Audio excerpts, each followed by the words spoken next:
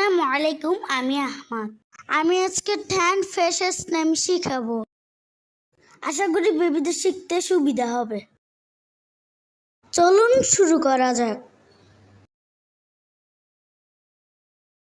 রৌহু অর্থ রুই, রৌহু। ওয়ালাগাও অর্থ বল, ওয়ালাগাও। হেলসা অর্থ ইলিশ, হেলসা। খেতলা অর্থ কাতলা, খেতলা।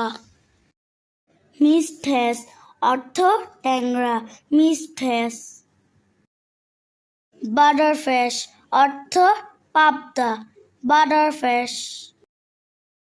চাইনিজ পমফ্রেট অর্থ রূপচাঁদা, চাইনিজ পমফ্রেট।